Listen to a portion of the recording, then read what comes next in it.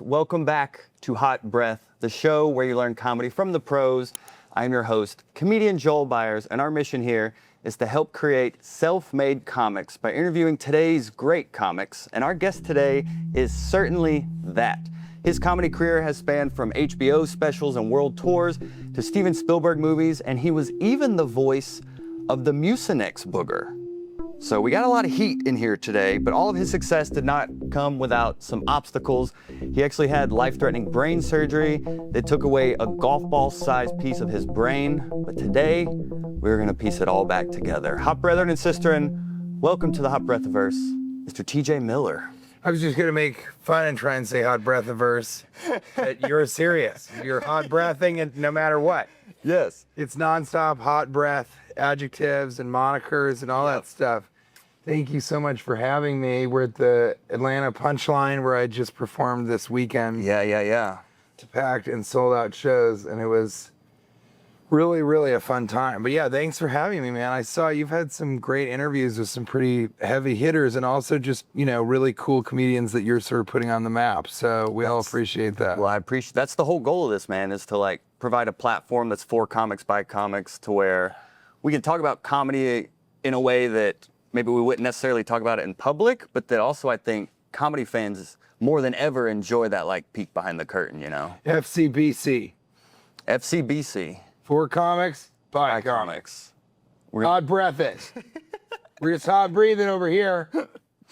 I've been doing this show 8 years, and we've done hundreds of interviews, but yours is one I've been wanting for so long since seeing you at the Atlanta Improv here. Yeah, in Buckhead. I guess we are in Buckhead right now. We're in Buckhead, but this is before even Punchline moved over here.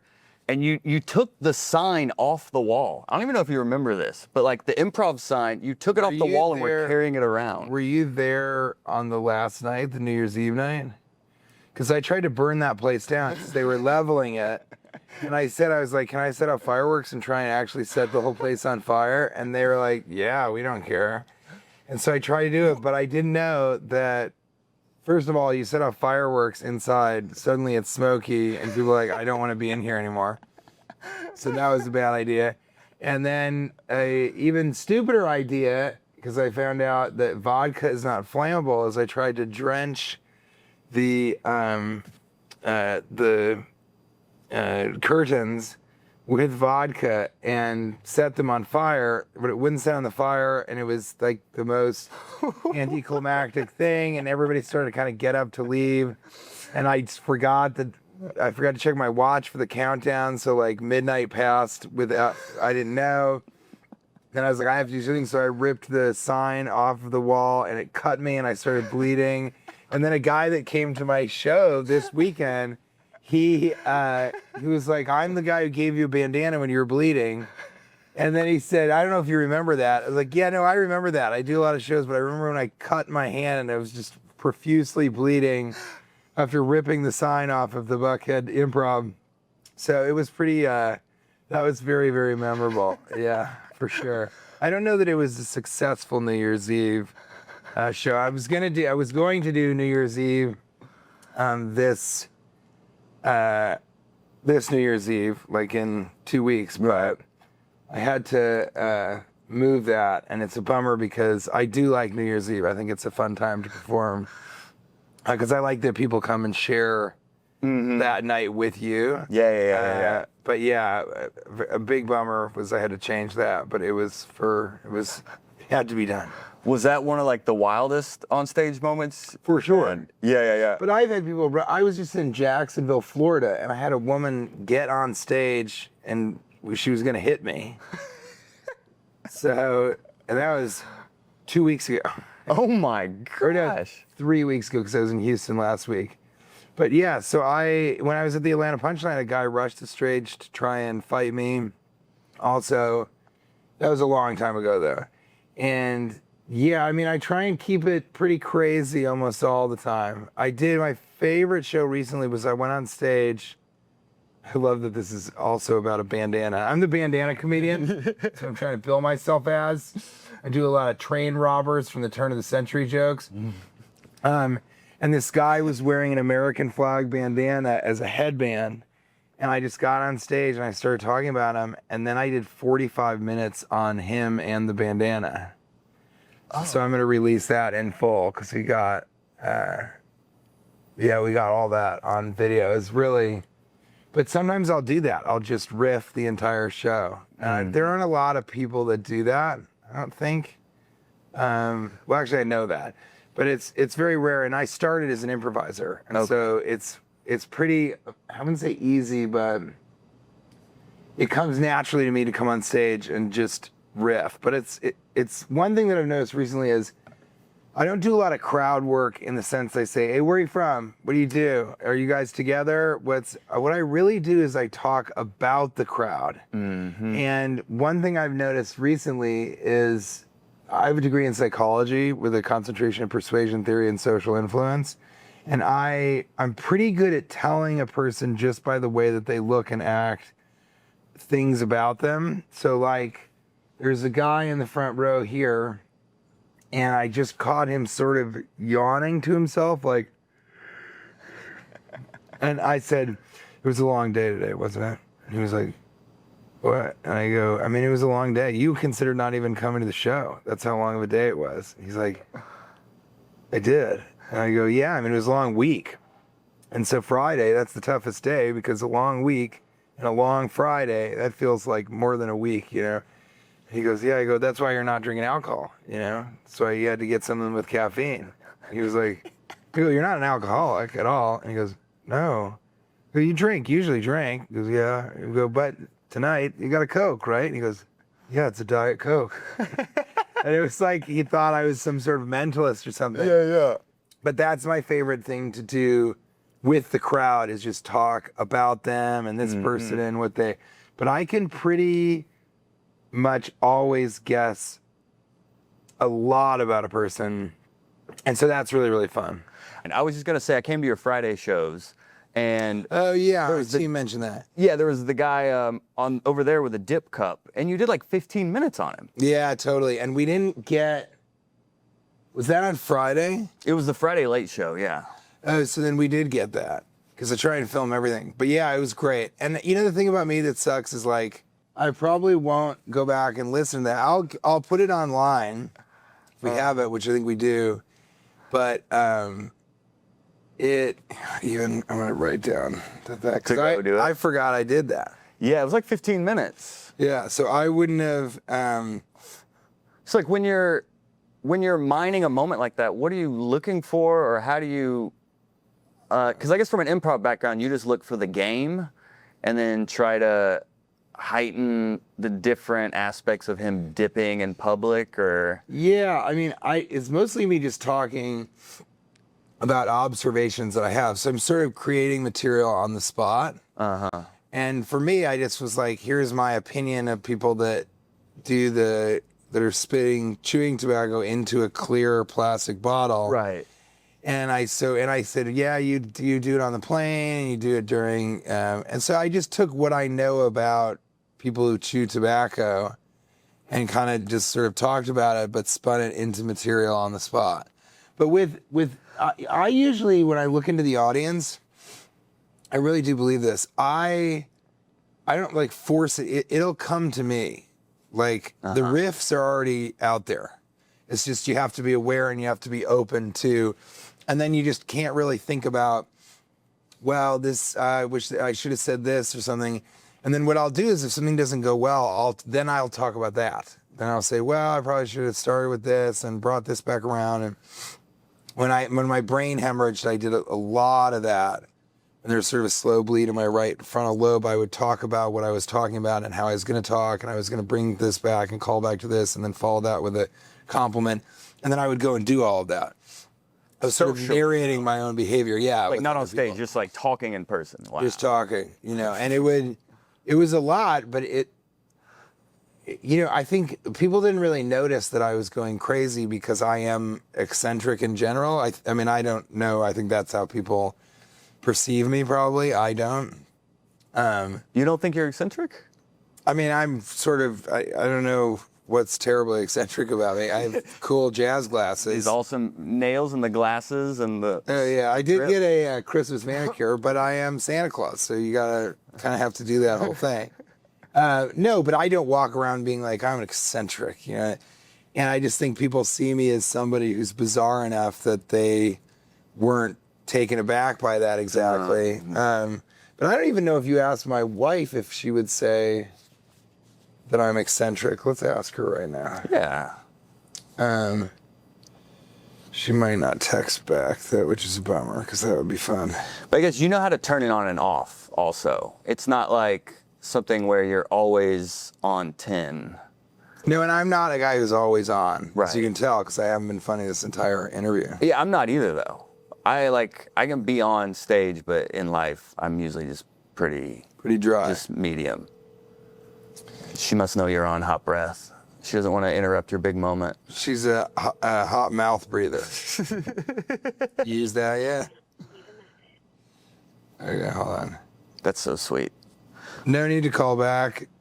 I'm on a podcast and show called, quote, Hot Breath, end quote, with a real hot breather, comma, and they just asked me if I think I'm eccentric, period. And then I wanted to ask Dash, do you think I'm eccentric, question mark? Would you use that adjective to describe me, question mark? All right, we'll see. So yeah, I mean, I guess I could see how I would be perceived as such, but yeah, I mean, I'm definitely a strange dude, but I don't really think of myself as an eccentric. I don't know, that's interesting, I guess. And also I never think about that. I never considered it till you said you don't think you're eccentric, and then just seeing your body of work, I was like, well, you're not normal. That I would agree Which I'm not either. I'm not by any means judging. No, of course. I would agree with that for sure. And I have varied interests, but yeah, I don't know. I don't really understand how people perceive me, and that's also in part because of the AVM. So I have a tough time. Is that your brain? Yeah, or it's arteriovenous malformation. Yeah. And so certain things come to that. I'm really bad with scheduling and time management and all that stuff. And a lot of people are like that, but mine is a cognitive deficit from the brain surgery. And then I don't know what it's like to feel tired. You know, sometimes at the end of the night, if I've been drinking a lot or smoking a lot of weed, and that's why I did a lot of that for many, many years and still do sometimes because that was the only way I could get myself to slow down and go to sleep. But like that feeling that you have when you're like, oh, I'm so tired, I just want to go to bed. I don't have that. So I don't know what that's like really. And it's not insomnia. It's just, I don't have the feeling of being tired. And then, you know, I'm prone to mania and becoming hypomanic. And so I have a neuropsychologist and a neurologist and a psychologist and a psychiatrist. And there's a lot of people around me that are, you know, around to try and keep the guardrails on. But it's pretty interesting. And for many years, I benefited from the mania because I just would not stop working. Not only would I work late into the night, it's just like I would speed through. I also had a problem where if you add alcohol to the mix or marijuana, or if you stay up a long time, like you get very little sleep, then you could push yourself to become a little more manic. And that would sort of help me get more done. But then if you lost control of that, which it is very easy to do, then bad stuff can happen. Like you can have a federal misunderstanding with the federal government about them thinking that you called in a bomb threat as a prank, and really you're just having a manic episode where you thought a woman was being dangerous because you've had that experience in the past before. So I think it's been very peculiar for me, not eccentric, peculiar. And I sort of, you know, I'm kind of, it takes a lot for me to kind of keep everything together, and I've had a lot more help now. I just didn't really think of it as much before. And so that's been a really interesting change in the last like 6 years or something. What happened with the whole train situation. Did you ever get did you get in trouble, arrested or anything, or was it? I was arrested, Uh-huh. and then, I wouldn't say charged with a federal crime, but I was sort of up against this new law, and it was a very strong misunderstanding that they then pretty quickly said, okay, we get it. And I had an excellent lawyer who helped me with a lot of resources, but the charges were dropped. There's the thing that happened, because it wasn't malicious, or that would be insane for me to prank call the federal government About a bomb threat on a train, Yeah, right? you can't do that. So that kind of came and went, and then out of that, I got my neuropsychologist, and she really changed my life. So that was really cool. Yeah, aren't you kind of an enigma in the medical world, where they're like, people with this brain condition aren't normally this functional, like to where you're still able to do a lot. Well, and I've been really, really successful. So I am sort of a case study specifically for one neurologist who's one of the best neurologists in the world at Cedars-Sinai in Los Angeles. And it's just very few people have the type of AVM I have. No one is really a notable figure who has come forward and talked about it. And the thing that happened to me mostly is called an autopsy. So most people die from it before they would ever see it. And it's one of the few that's operable. And then the operation was a success, and there was no physical deficits afterwards. But the cognitive deficits that I had, there was no such thing as a neuropsychologist in 2010 when I had this thing happen. Uh-huh. And so it's a relatively new discipline in psychology, psychiatry, and neurology. And so there's no way for me to learn how to sort of get past these cognitive deficits. And so now I have a much bigger skill set when it comes to that. How did it affect your comedy? Did you start to see the world through a different lens, or you got more creative, or? Well, the story goes that they came to me and they said, listen, this brain surgery is elective, so you don't have to have it. We have to tell you that it has a 10% fatality rate. So 1 out of 10 people that do this die. And that's not like an approximation. It's just kind of what happens. Uh-huh. So they do 10 surgeries, they're going to lose 1 patient. And so I said, but I don't have to get the surgery. And they're like, no, you don't. And I said, well, what will happen if I don't? And they said, you're probably going to die in your mid-30s. And I was 30 at the time. And I said, okay. He said, well, will I still be funny? Mm-hmm. And the guy goes, what? And I go, well, after the surgery, will I still be funny?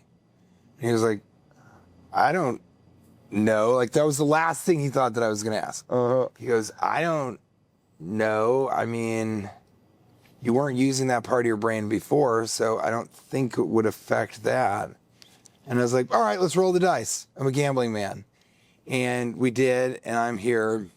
But I think what was strange was I never really thought, maybe because of the brain injury, but I never really thought about, I didn't think a lot about it's hard to explain. I didn't really give a fuck. And that's been consistent throughout my life. I don't care too much about what people think about me. I don't really think about people thinking about me. I won't leave this interview and be like, well, I hope he liked how it went. And, I don't know if he thought that I got there a little bit late, but I was trying to get there as quickly as I could. Just all that neuroses doesn't really occur to me. Okay. Which I think has been really, really helpful in dealing with Hollywood. Yeah, and I was not thinking of those things either. Of what things? All those things of where. Well, as I just mentioned, Yeah. I don't care. Yes. But I'm grateful. Yeah, well, I'm grateful too that you have me. Yeah. So I'm a kind person. I'm very thankful. All those things are in place. It's just I don't spend a lot of time understanding things from other people's point of view, and that's gotten me in trouble too. I think the most obvious case of it came in Silicon Valley when I think some people thought I was arrogant or didn't care about the show or was ungrateful that I was on the show. And that just wasn't the case. But I acted in a way where I now can see how that might have been how I was coming off, but I couldn't understand that because of my cognitive deficits. So it's a very strange thing. It took me a long time. I just started going to neurology and neurosurgery conferences and talking to people there and talking about after surgical, after patient care, which is just like, what is your relationship with this person that you perform brain surgery on? What was my experience afterwards? And just how it affected my, creativity and my career, and, sort of going through that and being open about it. And it was just, it was never part of my identity. So I never considered myself a person with a brain injury. It just sort of happened. We took care of it, and then I moved on, and I didn't really think about it. So I didn't really talk about it for years and years and years. And I think just since that manic episode on the train, that was when I started to really be able to say, this is an indelible part of my personality. So there's no reason to not be more open about it. And I'm in a Columbia University has a support group for TBI survivors, traumatic brain injury. And that's been really interesting to see all those people, because we call it the invisible disability. So I look like everybody else. But to ask me to do things, to ask me to do certain things would be the same as seeing a person in a wheelchair and being like, can you just get up and walk over here? But no one would ever do that. It's insane. But you have to be sort of upfront about it and talk about it. So I've been a little bit better now about saying, if somebody says, you don't remember me? We hung out all night that night, I've been a little bit more comfortable saying, I have a brain injury. So if you can just remind me what your name is, and that'll be really, really helpful. Because I have a tough time memorizing things unless I'm wholly focused on them, because I'm also ADHD, apparently. That came with the whole package. And so... Man, you're just a polymath over here. You can do it all. So that's kind of great use of the word polymath. Thank you. That, I have a myriad of talents. Yes. And plethora. So it is a plethora. I will. Yeah. And so I think that's kind of Cavalcade was one, I guess that's another one that I really like. But being a little loquacious. A lot of things are, you don't need to be bombastic at this. So I'm just really lampooned. Yeah, I'm not exactly. And it has to start from the beginning. And so a lot has changed in my life surrounding those things. And I'm trying to talk more. I had a joke about it in one of my specials that hasn't come out yet. But I'm trying to talk about it on stage more, because I think it's very unique, obviously. And a lot of people have said, this one guy in particular said to me, you should talk about your time at Silicon Valley, and you should talk more about being a celebrity, the brain injury, all that stuff. So I'm trying to do more of that, but it's not, I sort of just kind of begin to do comedy, and then I find something that I like, and then, I did The Gentle Giant, which is, I think that'll come out in probably a little over 6 months from now. But that was all autobiographical for the most part. Oh, great. And then the Philosophy Circus, which I just finished, is it's me doing sort of circus and then social satire, kind of. But those sort of came together to be that. I didn't sort of The Gentle Giant, I definitely was like, all right, it's time to tell some stories. It's time to talk about me. Wow. And have people get to know me more through stand-up. And then this next special that's coming together is like, it all kind of started with me talking about how black people really like this jacket that I have. And then that sort of evolved into more social satire. But then I have a whole... Kate texts back, she goes, I'm not exactly sure. I think I might be. Maybe when you're older, you'll be eccentric. I can see that. Also, I love you. So I guess that's whatever that is. When you're older. Yeah, I guess she means eccentricity is something you talk about within older people, not really. Oh, okay. People that are in their 30s and 40s would just be weirdos. Okay. strange or something like that. So instead of senile, you'll be eccentric. That's exactly right. That's what it'll be. Okay, when I walk cool. off, he's going Yeah, yeah. But like, and I'm talking about power queefing, obviously, but, I'm doing... In your special, you're talking about that? Excuse me? Jesus Christ, what are you talking about, man? So, I kind of... And Sorry, I'm that was doing, his brain injury. I'm doing more... That's right, that's exactly right. Yeah, any excuse could be. Sorry, guys. But what's really weird is, so I have this kind of stuff about BLM and Stop Asian Hate and Karens and philanthropy, and it's kind of woke-ish satire. Mm-hmm. And then the other thing that's coming together is I have three pieces of comedy that are largely mime. Huh. So what's funny about them is purely silent. So it's a mime about being in a bathroom with everything is motion sensor. Uh-huh. So that's pretty fun. And then one about me talking to a woman from Verizon on the phone and her kind of icing me. And then when I'd be like, hello, she's like, yes, I'm just looking it up on the computer. Do you not want? And I'm like, no, I'm sorry. And then I realized that's what she was doing. And then another kid who asked me what my favorite food was, and he didn't care. He just wanted to tell me what his favorite food was. Uh-huh. And that's got a lot of mime in it, too, of him being like, and I'm like, and he's like, and I'm like,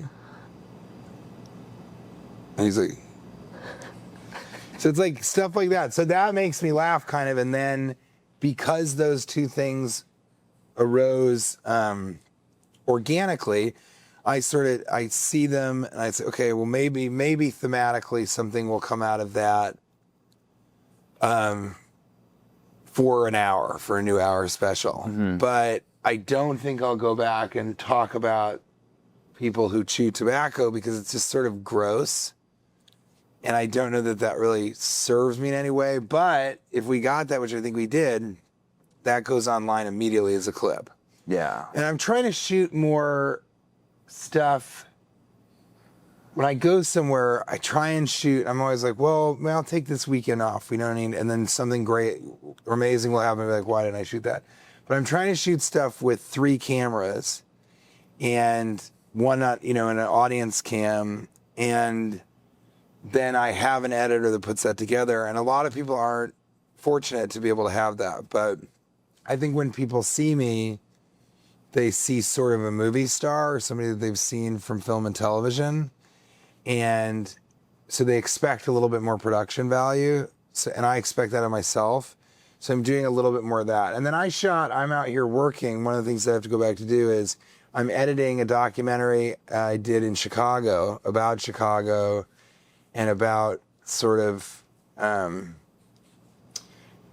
myself and CJ Sullivan sort of coming up in the Chicago scene. Uh-huh. And that's really cool. And then that's mixed with my stand-up where I talk about Chicago on stage. And then me and this director did a Philadelphia documentary where I performed during the Super Bowl in Philadelphia. And CJ Sullivan, this guy that I used to tour with, he is a professional sportsbook gambler. He's that good. And so it's very interesting to be with him and learn about.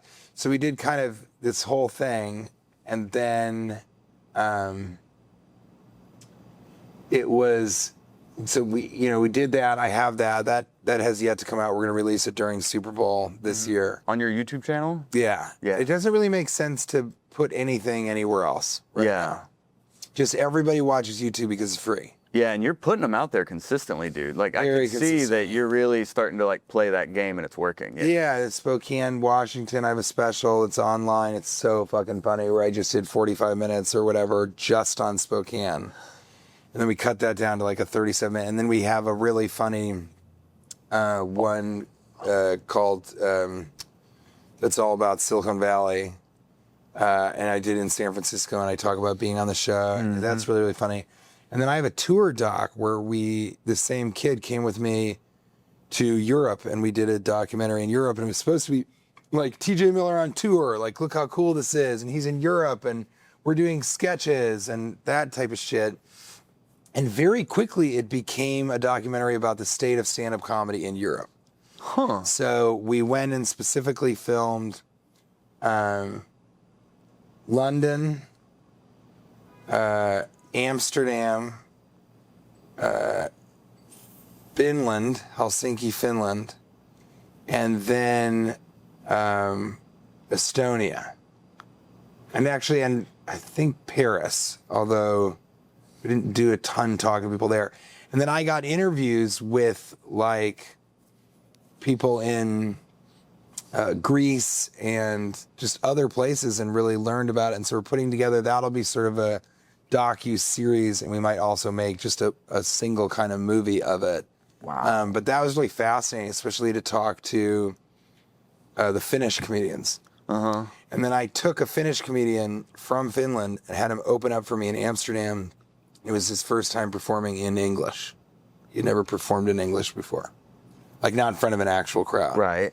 So that I think will be the arc of it, and him deciding to do that, coming out here and doing it, and so that was really fun too. But yeah, I'm kind of always making content, but I need it to be sort of, I don't know. I think it's more interesting for me to be doing this than like TikTok dances. Yeah, but that's what's so interesting now with where comedy is part of when comedians start comedy now, part of it is, okay, not only how do I write a joke, how do I get stage time, how do I develop and get stage time as much as possible, it's also, how do I film this? You'll see comics at open mics with like a lav mic on, trying to get clips at a coffee shop at 5 p.m. So what is your perspective on when should comics start filming, or even just someone who's been in comedy as long as you have? What is your perspective on kind of the new state of comedy, if you will? I think it really fucking sucks. I think it fucking sucks. See, I can't stop working. I'm still working. I think it fucking... We're almost done. Blows. No, we're okay. I was just saying, like, that's me. It's like, I think of something, I'm going to do it. We got to realize, I realized as we're talking, we need the footage from the Norwegian tour manager that I just texted him before. Just working, always working. I think it fucking sucks. It sucks that you have to be a videographer and editor in addition to a stand-up comedian and a writer and a performer and a social media manager, and you have to be posting consistently, and you have to read as much as you can about the algorithm, and you have to tape everything in the hopes that you get it. You have to learn how to do crowd work because you don't want to burn material that you're not ready to put online, and then that has really fucked it up for guys like me because all these people are trying to do crowd work and so many of them are bad at it. So there was just a little period where people sometimes would be like, do material. That really happened only a few times, but that was indicative of the fact that people were like, enough with the crowd work comedians. But now, I'm not sure, but now most places I go, they know me, and I wouldn't say they expect that, but and then they come up afterwards, and all the time people are like, was that girl a plant? Like, did you put her there? Or how much of that was improvised? Was that all improvised? No way, right? And I go, yeah, it was. I mean, I did 3 jokes, I think, and they're like, I knew it. And then I told you, but she didn't believe me. She said you must have written all this and put the people where they were, and you had seen the... And so I do get a lot of that because you just don't see people improvise as much as I do. And I see, for improvising instead of crowd work, I consider the audience a scene partner. So I'm improvising with the audience, talking to them, but also learning about them, talking to them a little bit. And so that's kind of how I interact with the crowd from an improvisational standpoint. But I don't think there's, Ari Shaffir to Mark Norman to Shane Gillis or any of those guys, like, they went on Rogan and Ari said just the nice thing, but he was like, TJ can go on stage with nothing, nothing in the holster, nothing in the chamber, and just go on forever. He just doesn't need to stop. He can kill and kill and kill. And I think that's true. And it's been a little frustrating that I haven't been recognized for that in a way where it's, I'm just like, I don't know, it's interesting. It's like that doesn't really have... I don't know that has a ton of stickiness to it, in the sense that people come to the show and they're like, I'm going to come to... I feel in some ways I'm like a jam band in terms of a comedian, but I don't yet have, half of the audience seeing more than one show. And because if you saw 4 shows, they would all be different. Right. But I think that doesn't happen really, because I think at the end of one show, people are like, that was amazing. But they've sort of had their fill, I guess. And then also, I'm an expensive ticket. I'm one of the more expensive tickets in a comedy club world. And so and I'm always aware of that it's very expensive to see comedy when your other choices are free. You're also just Or now, things cost so much. Yeah. I mean, but you're now putting yourself out there more as a comedian. So it's Yeah, I like think that's people true. see you acting for so many years. Now you're like, no, I'm a stand-up and I'm really good at this. And I feel like you're going to become known for that. And people Thank will you for start to saying that. expect that. Yeah, and I mean, I've known it for years. And a lot of comedians have. But, you like you said, people will come to you from the movies and TV shows. But now you're starting to focus on stand-up all the time. Which I'm very fortunate for, too, that people come, because I have so course. many people say, Of course. I've never seen a stand-up comedy show. And my answer is always, isn't it amazing? Yeah. You should come all the time. Isn't it incredible? And people go, yeah, it's great. So I get to expose people to stand-up comedy because of that. But I think you're absolutely right. And I tell Kate, and I try and remind myself sometimes that your Mark Normans and your, I call them the New York white guy mafia, but the people at Dan Soder, Sam Rill, it's like all these guys who are pseudo contemporaries of mine have been doing stand-up comedy on the road, just stand-up comedy for like 10 years more than I have. Because I was acting for 10 years and I would do stand-up when I could, but I was not able, and that got me in trouble too, because what I would do is I would get up at 5 in the morning, because this work ethic is really how I have become as successful as I am. I just have one of the strongest work ethics of anybody. I always say to young comedians, if you look at somebody, just work harder than everyone else around you. And if you see somebody who you kind of want what they have or what they're doing, then study the way that they're working and try and incorporate that into how you work. It's very important. But I would get up at 5 in the morning, go onto the set of Silicon Valley, shoot a 14-hour day or a 16-hour day, and then when everybody else went home to study the script for the next day or decompress, I would go eat at home, maybe spend a little time with Kate or whoever I was dating, and then I would go out to open mics and shows. And I wouldn't do, I was on television, so I wasn't doing like dinky open mics, although I did the open mic here after the show on Sunday. Yep. Really? Yeah, why not? And then I love that. and then I would go and I would do one show, ideally 2 shows. Then after the show, I want to hang out and talk shop, just like all stand-up comedians do. And then I would go home at 2 in the morning, go to sleep, wake up at 5 in the morning again, go read the script at a table read cold, because I always do better with a cold read. And then I would not memorize any of my lines, and I would just go to my trailer, and then whenever they told me this is the scene that you're going to be doing, I would memorize those lines, kind of like cramming, like crash course for every single scene that I needed to do, and it worked. I would improvise. I'm better with a cold read. Even in college, I did better cramming for stuff than studying it over the course of several weeks or whatever. And I was doing that for so long that it was really, as my wife said, I love this new expression. So you got to stop burning the candle on both ends. You're going to end up just being the middle of a candle. You're just going to be a middle candle. But I was doing that really consistently, and it was a lot. It was too much. And so sometimes what we say is if I had kept going at that pace, I might be dead. I kind of believe that because of the brain injury, because of that thing. But, yeah, and I was sort of using alcohol or nitrous oxide or indica marijuana to try and slow everything down, but I was still working at that pace. So that's a very difficult alchemy to try and figure out and make sure for it to work, sort of. But I was always doing stand-up when I was acting, but I wasn't touring. I didn't have that. For 10 years, I was not headlining clubs every single weekend, and that's what all of those guys were doing. And so after a while, that really, you get that mastery. And I've only been a full-time stand-up comic for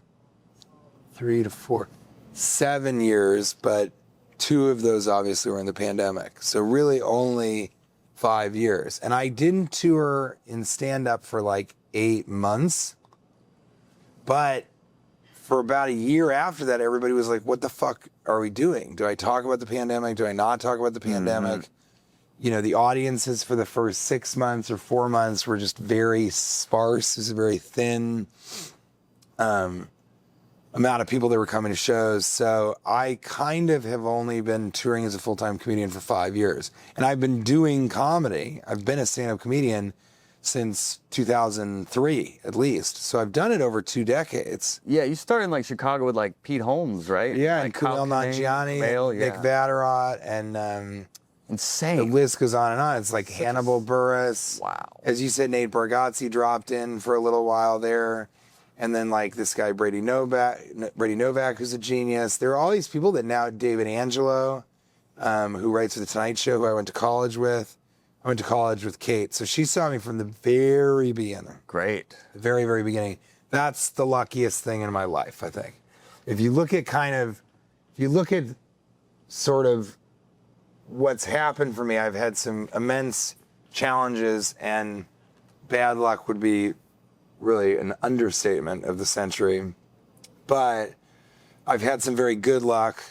I'm friends with the Winklevoss twins. They helped me sort of begin. Oh, yeah, aren't you into crypto Bitcoin and meta and NFTs and all that? Yeah, I'm friends with Michael Saylor. You must and the be very Winklevoss happy twins and right stuff. now. Yeah, I'm very happy, but we don't sell Bitcoin really. I might You're holding. at some point, but I'm a hodler. But the greatest piece of luck I've ever had is not working with Steven Spielberg or being in these $300 million movies or being an Academy Award winning Disney film and meeting John Lasseter, who did Toy Story and Frozen, all this, you know, those things are all incredible. But the luckiest thing that ever happened to me is I met my wife in college, and so she knew me before I was a celebrity. And so the fact that we have that connection and that she knew me when I wasn't like rich and famous, although emphasis on the famous, not the rich. And so we have this. You're not thing rich? that I can't get. What? You're not rich? I'm a Bitcoiner. Oh. No, I'm not rich. Do you want me to tell you? Is that a Rolex? It's a Rolex. Okay. But I live in Manhattan. I like your watch also. It's fossil. So in Manhattan, it's great. Thank you. So in Manhattan, I'm considered by the other people in our building as kind of a working class dude. Yeah. So I'm certain, because remember, everything is relative. Of course. There's lots of people that would look at you and say, my God, you're rich. Of course. You know? Yeah. And you were telling me before this all started, your net worth. And I thought that was really weird, and I didn't It's an want to hear it. icebreaker, you know. It was not for I had me. brain surgery. I froze up. Sorry. Yeah, exactly. You can use it. Everyone can use it. But I do think it's funny that I live in Manhattan and I live in Greenwich Village, and we live in a building, we're the youngest people in the building, and we're sort of seen as I'm sort of seen as blue collar. Hilarious. Isn't that amazing? So I kind of have to tour every weekend. I'm on the road, and they see me with a suitcase, and all of them are just like, that poor guy. Yeah. Hopefully he can make enough money to stay in the building type of vibe. And in Manhattan, it's like, so everything is relative. I always think about that. But I guess when I say rich, it's like I still have to work. I'm not a guy who kind of, you know, goes, well, maybe I'll go on the road for a couple weeks, and then Kate and I will sort of live in Ibiza for a little while. I'm not in that situation, which I'm happy about. Kate asked me once, she goes, don't you wish we were independently wealthy? And I said, no. And she goes, really? You don't think? I said, no, I would not want to do that. And I have this a Protestant work ethic from my father's side, but having to work and needing to make money is really important for your growth as a human being, as an artist, as a stand-up comic, because you have to remain hungry for stage time and keep performing. But I'm really, really lucky to have Kate. And she's so like funny and smart and eccentric. She's an artist as well. She's an installation artist. Yeah. So she does kind of immersive. You walk into a room and it's art all around you, and the what you smell as part of her art and the soundscape. And you can open up the refrigerator or drawers and there's pieces of art. Like it's all kind of, I mean, it's an installation. So she's very famous actually in the south of France, but they understand it a lot more. It's starting to become more of a thing in the United States, but we're still sort of Warhol era graffiti, pop art, Banksy. That's still what America's aesthetic is. So she's really on the forefront of her stuff. That's exciting. She kind of is going to do installations in like hotel spaces or commercial. You walk into a commercial building, it's a lobby, and there's this incredible piece of art. That's sort of what she like does. Chihuly has done a lot as 100%. well. Yeah. That would be an example of somebody who's a glass blower but is actually an installation artist. Mm-hmm. Great. Yeah, so it's very, very cool. But she's also been really good to me because I do work really hard. And if I could, I would tour every single weekend. I did that for a few years. I just toured every single weekend. And now it just doesn't make sense for who I am to go to these markets and, you know, tour every weekend in the summer. It just doesn't make sense because going to a big market in the summer, I'm going to burn that market, right? I'm going to go there and only half fill the place or 3/4 fill the place because people just don't want to, they want to be enjoying their summer. Right. Because the whole winter sucks in most of the country, you know? Mm-hmm. And fall's pretty, but spring's like, you know, it's colder than you would hope. And so July and August, and people just don't want to do that. And then I don't tour on holidays, of course. So I don't tour on Thanksgiving. And this weekend I have off for Christmas, obviously, but then I take the first 2 weeks off of January because the first weekend after New Year's Eve is really, really tough. So I kind of have to take blackout dates, and I wouldn't do that. Only reason I enjoy not working is because I get along with Kate so much. Yeah, that's where I'm at with my wife. We met in college. Did you really? Yeah. It's the best. It's the best. Water toast. Toast, hot breath water.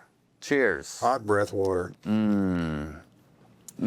How did you come up with hot breath? It's disgusting. I was a fan of Fresh Air on NPR, Oh, that's funny. and I just liked the quick hitter names. And this was literally like 8 or 9 years ago before Yeah, I everyone had know. I think podcasts. it's so funny. And I was just like, I'm gonna do a podcast and record like my favorite comedians in Atlanta, and It's then so just grown cool, from man. there. It's really, really cool. It's really cool that you do this, and it's cool for kids. Just keep selling peanut butter and hot sauce, Keep selling man. peanut butter and hot sauce. You can get on my website. TJ Miller does not have a website.com. Ding. Can you make that? Ding. Ding. It'll come up right here. Yep. And yeah, just keep selling that peanut butter and hot sauce on the road. It's pretty funny that's my merchandise is hot sauce and peanut butter. But I'll be damned if it's not the most delicious thing. It moves. Good It's margins so on that. good. Not really, but it's enough. It's like walking around cash. Yeah. But I've got to send you some because I love peanut butter. I don't know how many I have left. I realized that I forgot. Yeah, my peanut butter is amazing. It's dark chocolate coconut with almonds. And cherry chocolate with real dried cherries, milk chocolate, and honey roasted peanuts. And my favorite toffee crispy with toffee, milk chocolate, and Rice Krispies. That sounds amazing. It's a dessert peanut butter almost. Yeah. No, it's totally delicious. Well, So good. as we land this plane, 'cause we're coming up on time, do you have any closing advice for young comics out there? I mean, I've thrown a lot of it, you know, your way up until this point. It really just is about work ethic. And then I think, you know, coming from me, some young comedians will say, well, TJ, you know, you're so good at riffing. Do you have any advice for me with regard? So you just have to go on stage with nothing and just try. And just keep, I know that seems scary, but just, you get on stage and just talk to people or kind of write down a couple things that you can talk about from the day and then try and make those funny on stage. And if it doesn't work, fantastic, because you tried it and you'll be better at it next time. And there was this guy I first asked, I went to the Washington, D.C. Improv, and I went up to this guy, his name was Buddy, and I forget his last name, but he had a joke about being named Buddy and how wherever he goes, you know, the toll booth operator, they'll be like, all right, Buddy, see you later. He's like, how do you know me? He just does it all the time. But I went up to him after the show, he said, do you have any advice? I'm sort of an aspiring comedian. He said, just go on stage and bomb. Just get up and bomb as much as you can. And I remember thinking, yeah, right. Like almost like, is he kind of fucking with me? But just like, I don't know what that guy's talking about. I'm not going to go on stage and bomb. What he meant was, I just didn't understand the parlance at that point. But what he meant was, just go up and just be fearless about it not going well. Just be okay with bombing. And if he had said that, just go on stage and be okay with bombing. Just try and get on stage as much as you can. And if you bomb, that's great. Go to the next day and it's going to be better no matter what. You're going to be better. And so I really do agree with that. And so I tell people, just get on stage with nothing. Just try that, feel how that feels, talk to the audience, talk about what happened during the day. And you've got to do that like 20 or 30 times before you're going to really understand what it's like. There's another thing that I'm kind of lazy in that I don't look at a set list very often before I go on stage. So I'm trying to get better about that. I've been saying that for a decade, but it's because I cannot look at a set list, get on stage and just like do an hour, and then try and remember like, wasn't there a chunk that I was working on? Let me do that. That's 6 minutes that I've been wanting to work on. So I need to do more of the work as a writer, because all stand-ups are either a performer or a writer, and then they learn how to do the other one. I feel very strongly about that. Good. That's good. Are you a performer or writer, do you think? Writer. Yeah. Yeah. And I'm a performer. So I need to do more of the writer work, more of the heavy lifting that should be done as a writer, and less of the performer. And you, even though I'm not totally familiar with your performance, but you probably need to do more of the heavy lifting when it comes to performing. Yeah. And I say that about everybody. It doesn't have anything to do with you or me. Of course, yeah. I just think everybody needs to get better at the thing that they're not, between those two things. So that's also what I'd say is pick the one that you are. You're either a performer or writer, and then work on the other thing. Because all of us are performers and writers. That's what stand-up comedy is. But I think at people's core, you're either one or the other. So if I want to get better at performing, is it going up with less of a game plan, or like? Maybe, I think, or focusing on that more. Just saying, all right, what am I doing in my performance? Should I try more physicality? Yeah. Do I need to do jokes that really rely on physical comedy? And, should I speak less? Should I move around the stage more? Should I go into the audience? Should I be gesticulating more? Should I be doing more act outs, or at least like trying to do impressions of the people that are in this joke, Yeah. I think that's a good start. Perfect. Great. Well, TJ Miller, where all would you like the Hot Breathverse to come support you? You said your website. Website is Teenage Millionaire. Nope, that's wrong. TJ Miller does not have a website.com. I am Teenage Millionaire on Instagram. I am not TJ Miller on Twitter and YouTube and TikTok, all across the board with that stuff. And then please subscribe to my podcast, Cashing with TJ Miller, and buy my peanut butter and hot sauce. It's so delicious. I'm excited. Well, TJ Miller, thanks for being on Hot We Breath. didn't really cuss at all. I said it fucking sucks once. Yeah, but that's, I look like a youth pastor, so it's like You do kind me giving off that You look kind like of vibe. I a can't- Pete Holmes if he could get his shit together. I'll take that. That's fun. He's funny. He's really funny. Yeah. He's really funny. He's really kind. And he's very good at improvising also. People don't really... I don't know that he's known for that. But he's great at improvising. Anthony Jeselnik is excellent at improvising. Oh, yeah. interesting. He doesn't do it because he thinks he would be depriving the audience of his genius. Of course. As a writer. Talk about a writer. And there's Tig Notaro is absolutely incredible. So there are a lot of people that's not what they're known for, but they are really good at it. And Pete Holmes is one of those people. Yeah, he's going to be here in Atlanta in January, so I'm going to try to get him on here. Yeah, do it. Yeah. I think he'll do it for sure. He loves stuff like this. Beautiful. And so did I. I have to go to a Mexican dinner. You nailed it.